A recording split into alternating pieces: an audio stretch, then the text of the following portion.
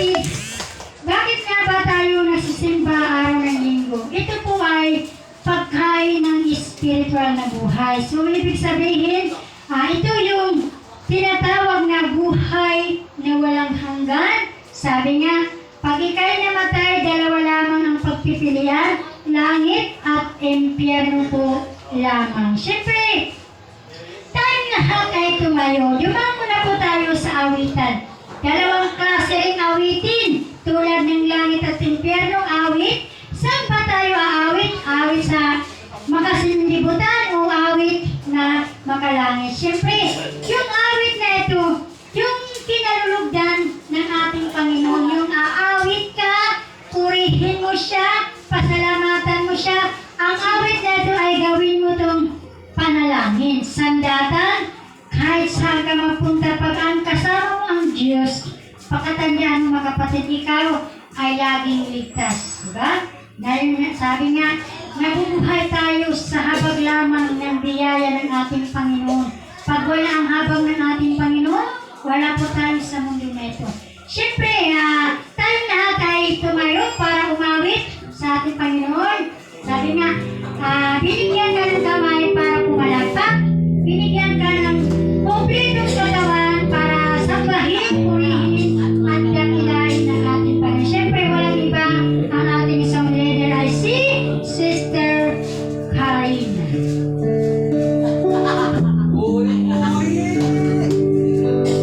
Hello!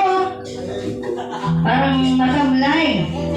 Ito ang araw ng ating Panginoon, special day. Di ba? Sabi nila namatay ang ating Panginoon. Tapos na yung araw na ito, ito ang tinatawag ng pagkabuhay. Sabi nga sa, magalak kayo. Bakit? Magalak kayong lagi. Sabi sa Pilipos chapter 4 verse 4, magalak kayong lagi sa Panginoon. Inuulit ko, magalak kayo. Di ba? Nagagalak ba tayo? Nabuhay ang Panginoon. Hello? Parang walang umana. Walang tao. Ang Diyos ay nakatingin sa iyo. Sinusubaybayan ka niya sa lahat ng oras. Sabi nga, God is everywhere. Saan man dako ay naroroon siya. Wala tayong may dadahilan. Wala tayong may tatago sa Kanya. Di po ba? Kaya ang lahat ay hayag. Sabi sa mga ngaral chapter 12 verse 14, wala tayong may dadahilan sa Panginoon. Wala tayong may tatago sa Kanya. Ang lahat ay hayag. Lihim man o hindi. Ipagsusulit po natin ang ating mga ginagawa sa Panginoon.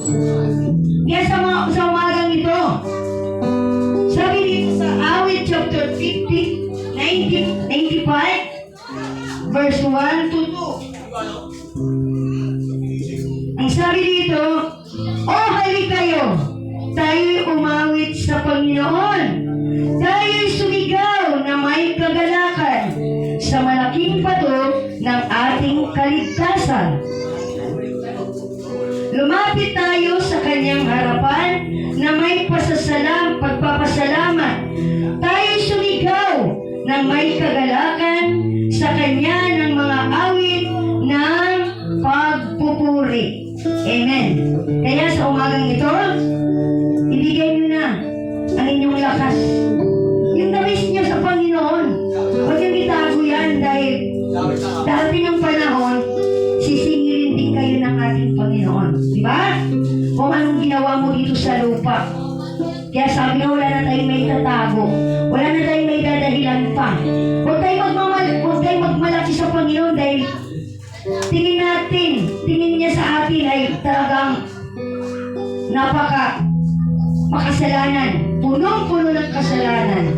Dahil sa Kanyang habag at awa niya sa atin, binigyan niya tayo ng pag-asa para makamtan natin yung buhay na walang hanggan.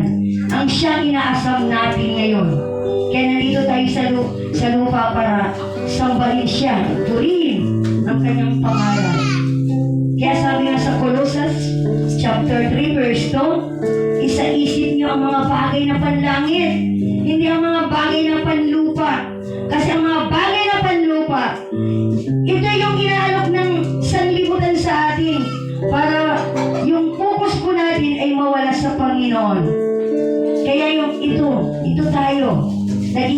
kanyang kayamanan doon sa langit na hindi nasisira.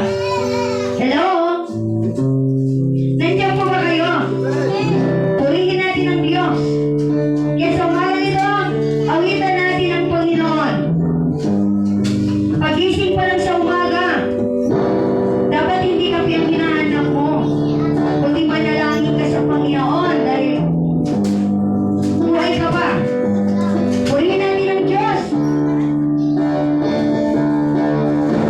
Pagising sa umaga, naaalala ka, nasasabi ang puso ko na makapiling ka. Umaawit, sumasayaw, sumasamba sa'yo. Naghihintay ng pangungusap mo. Minsan pa, Panginoon, pagising sa umaga, naaalala ka, nasasabi ang puso ko na makapiling ka. Umaawit, sumasayaw, sumasamba sa'yo. Naghihintay ng pangungusap mo. Ayaw kong magkulang, ayaw kong magkulang ng kapangyarihan mo. Ayaw kong magkulang ng kabanalan mo.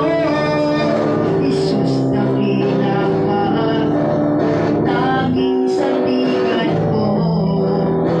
Lakas ko ay nanggagaling sa'yo. Ayaw kong magkulang, Panginoon. Ayaw kong magkulang ng kapangyarihan mo. Ayaw kong magkulang ng kabanalan mo. Jesus, dakila ka, tanging sandigan ko. Lakas ko ay nanggagaling. For the last time, ikaw ang Diyos. Ayaw kong magkulang ng kapangyarihan mo. Ayaw kong magkulang ng kabanalan mo. Jesus, dakila ka, tanging sandigan ko. Lakas ko ay nanggagaling sa'yo. Lakas ko ay nanggagaling sa'yo. Lakas ko ay nanggagaling sa'yo. Hallelujah, Jesus. Lord, salamat sa umagang ito. Tunay nga napakalakila mo para sa amin. Dahil ibinigay mo ang iyong anak na si Jesus upang tubusin, Panginoon, ang aming mga nagawang kasalanan. Salamat sa biyaya na ibinigay mo sa amin, Panginoon. Dahil sa iyo, Panginoon, narito kami upang itaas ang iyong pangalan. Sambahin ang iyong pangalan, Panginoon. Salamat sa mga oras na ito, maging ang lugar na ito, na siyang pinagdadaramusan namin ng iyong gawain, Panginoon. Maging ang aming mga kapitbahay, Panginoon. Dalangin namin ng iyong mga salita, Panginoon, ay tumali sa kanilang mga puso. At kauhawan nila, Panginoon, ang iyong mga salita. Na magkaroon sila, Panginoon, ng kauhawan sa iyo, Panginoon. Salamat sa umagang ito, Panginoon. Maging ang mga bisita namin, Lord. Ikaw, Panginoon, ang siyang nagdala ng kanilang mga panyapak sa mga oras na ito. Salamat! Pinagkatiwala mo, Panginoon, ang araw na ito para sa amin. Hallelujah, Jesus. Purihin ka, Panginoon. Maging ang iyong mga awitin, Panginoon. Ito ang aming inaalay sa iyo. Wala kaming may bibigay na material na bagay, Panginoon, kundi yung aming buhay, yung aming sarili, Panginoon. Ito ang aming ihahandog namin sa iyo. Kaya Lord, maraming pong salamat. Ito pong aming samot dalangin sa pangalan ng Panginoong Kristo Jesus. Nung narito yung magsabi, Amen. Hallelujah. Handa naman tayo. Halina magsama-sama.